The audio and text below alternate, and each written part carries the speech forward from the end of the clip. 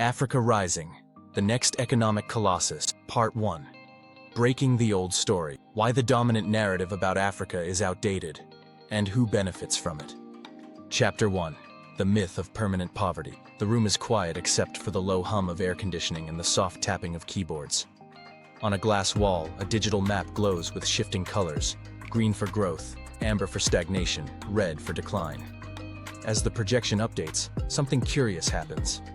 Entire regions of the world fade into cautionary shades, while one vast landmass continues to pulse with movement. Data analyst pauses, zooms in, then zooms out again. The pattern holds. It is not a blip. It is not a rebound. It is not charity-fueled noise. It is Africa, steadily and persistently breaking a story the world refuses to let die. For decades, Africa has been framed as the permanent exception to progress. Every global narrative seemed to require it.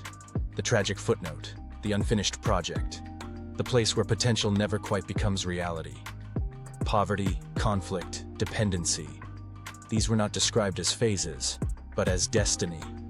Even optimism came packaged with condescension, emerging, developing, promising someday. Yet permanence was always an illusion. The myth of permanent poverty did not arise because Africa failed to change. It arose because the metrics, the lenses, and the incentives used to judge change were frozen in time. The invention of a narrative. Poverty is not just an economic condition. It is a story, told, repeated, institutionalized. And once a story hardens, it becomes self-reinforcing. For much of the late 20th century, Africa was measured almost exclusively through absence, lack of income, lack of infrastructure, lack of institutions. The comparison was always vertical, Africa versus the industrial West, never horizontal, never contextual, never dynamic. Growth was expected to look a certain way. Factories first, then banks, then consumption. When Africa did not follow that exact sequence, the verdict was swift. Failure. What this narrative ignored was timing. Europe industrialized with cheap energy, closed borders, and centuries of demographic momentum behind it. Asia rose through export-led manufacturing at a moment when globalization was expanding and labor arbitrage was rewarded. Africa arrived later, into a world of saturated markets, automated factories, aging populations, and climate constraints. Expecting Africa to follow the same script was never analysis. It was nostalgia. When the numbers lied for years, Africa's GDP figures seemed to confirm the myth. Low per capita income, volatile growth, dependency on commodities. On paper, it looks stagnant. But GDP is a blunt instrument. It counts what fits the system that measures it, and ignores what does not. Large portions of Africa's economic life operated outside formal channels. Informal trade, mobile payments before banks recognized them, cross-border commerce without paperwork, community finance, diaspora remittances flowing faster than aid ever did. None of this registered properly. Yet it was real, functional, and expanding. When mobile money platforms quietly connected tens of millions of people to digital finance, the statistics lagged behind reality. When urbanization accelerated and new cities formed economic gravity wells, the charts arrived years late. When entrepreneurs built businesses that solved local problems at scale, energy, logistics, payments, the models still insisted Africa was behind. The myth survived not because Africa was poor, but because measurement was slow. Who benefits from the myth? Stories persist when they serve someone. The myth of permanent poverty justified entire industries, aid bureaucracies, development conferences, consulting reports that diagnosed the same problems year after year without expecting resolution. It allowed global capital to price African risk cheaply and indefinitely. It excused political disengagement. It lowered expectations. Most importantly, it preserved a psychological hierarchy. A world that sees Africa as permanently needy never has to imagine it as a peer, let alone a competitor. But myths decay when reality no longer cooperates. The quiet break in the pattern. Something changed. Not suddenly, but decisively. Population curves began to diverge. While Europe and East Asia aged, Africa stayed young. While labor shortages emerged elsewhere, Africa's workforce expanded. While old markets reached saturation, African consumption accelerated from a lower base but at a faster clip. Urban centers grew not as colonial relics, but as modern hubs, messy, improvised, energetic. Digital infrastructure spread without waiting for legacy systems. Energy solutions leapfrogged grids. Payments skipped banks. Trade routes began bending inward, not outward.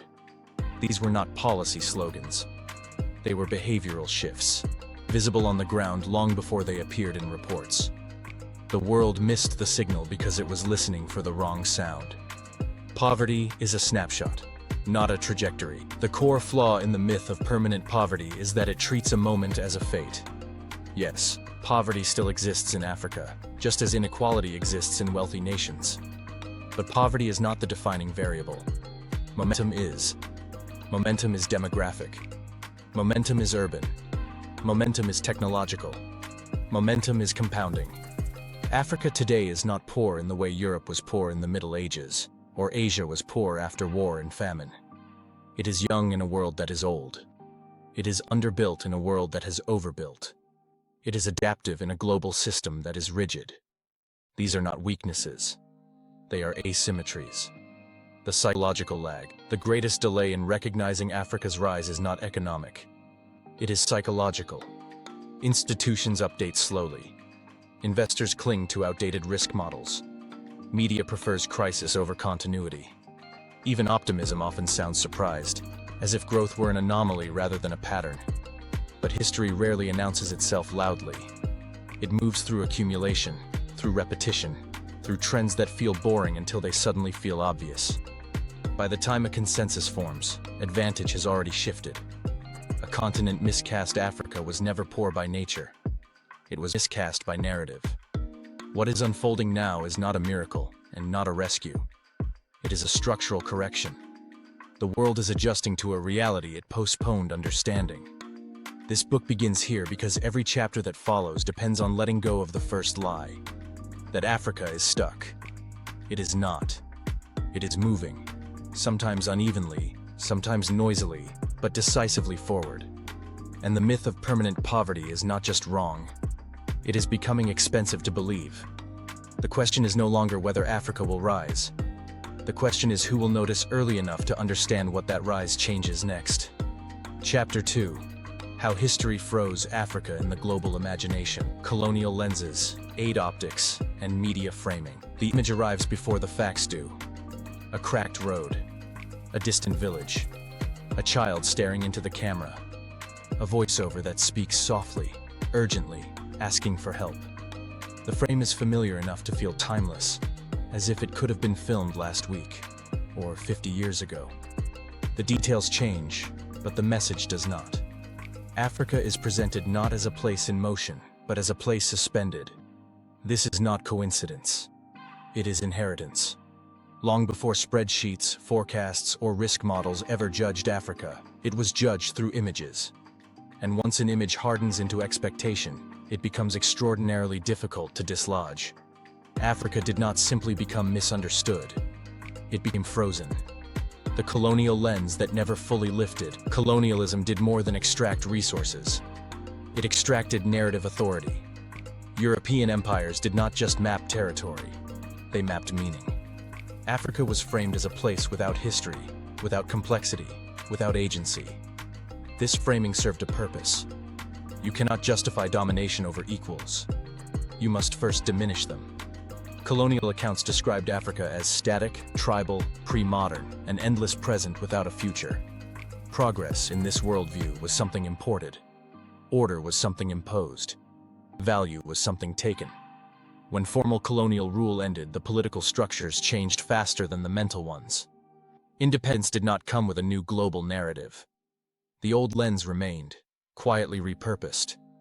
Africa was no longer uncivilized. It was now underdeveloped. The hierarchy stayed intact. Aid as optics, not just assistance. The post-colonial era replaced governors with donors, but the visual language barely shifted. Aid campaigns needed urgency. Urgency needed simplicity. And simplicity flattened reality. To raise money, Africa had to look helpless. To justify intervention, problems had to appear permanent. Progress, when it occurred, disrupted the appeal. Over time, a powerful distortion took hold. Africa became visible primarily at its worst moments: famine, conflict, disease. These were real crises, but they were edited into a single, continuous story. No continent experiences only its disasters. Yet Africa was shown almost exclusively through them. This had consequences beyond perception. Policymakers internalized the imagery. Investors priced risk based on headlines rather than trajectories. Even well-meaning institutions came to expect failure as the baseline. Aid optics did not cause Africa's challenges, but they froze them in the global imagination. Media framing and the crisis reflex. Modern media thrives on contrast and compression. Stories must be immediate, dramatic, and emotionally legible. Africa, framed as a crisis zone, fit the template perfectly. A coup in one country became a regional instability. A drought in one area became a continental emergency. Success, when it happened, was treated as surprising or suspicious. There were no live broadcasts for incremental gains in literacy, logistics, or payments infrastructure. No breaking news for regulatory reform or supply chain integration. These changes lacked spectacle. The result was asymmetry. Failure felt continental. Progress felt local. Over decades, this imbalance shaped what the world expected Africa to be, and what it did not bother to look for. The problem with timelessness. The most damaging illusion created by historical framing is timelessness. Africa is often described as if it exists outside of sequence. Wars are reported without origins. Poverty without timelines. Governance failures without context. This strips events of causality and denies change its rightful place. A country that improves slowly over 20 years does not look different on the evening news. But slow improvement is exactly how economic transformation happens. By collapsing time, Africa was denied narrative momentum. Nothing was ever seen to be moving forward, because movement requires comparison. When measurement followed the myth, global institutions did not invent these perceptions, but they reinforced them. Risk models relied on outdated data. Credit ratings penalized volatility without acknowledging upside. Development indicators lagged behavioral reality by years. When African economies digitized payments faster than regulation could follow, the metrics stayed silent. When informal markets formalized through technology rather than bureaucracy, they remained invisible. Measurement became conservative not because Africa was risky, but because the tools assumed it always would be. The cost of a frozen image. A frozen image does more than misinform. It misallocates capital, talent, and attention. Investors miss early entry points. Policymakers underestimate strategic relevance. Global firms arrive late and pay more. Talent is exported instead of engaged. Perhaps most damaging, Africans themselves are forced to negotiate with expectations that are not their own. Every success must be explained. Every failure is expected. A continent cannot fully move forward while constantly correcting the world's outdated assumptions. The break in the frame. Yet frames crack under pressure. The rise of African-led storytelling, through film, music, entrepreneurship, and digital platforms, has begun to erode the old imagery. Data is now produced locally, in real time. Cities speak for themselves through scale and density. Businesses demonstrate viability without permission. The world is starting to notice not because Africa asked to be rebranded, but because the old brand no longer matches reality. History froze Africa in place. Demography, technology, and time have begun to thaw it. This chapter matters because imagination precedes action.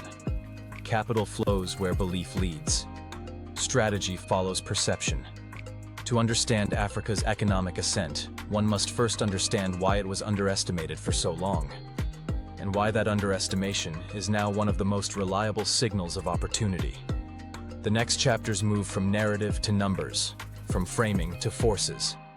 But the lesson here is simple and foundational. Africa was never still. The world just stopped watching closely.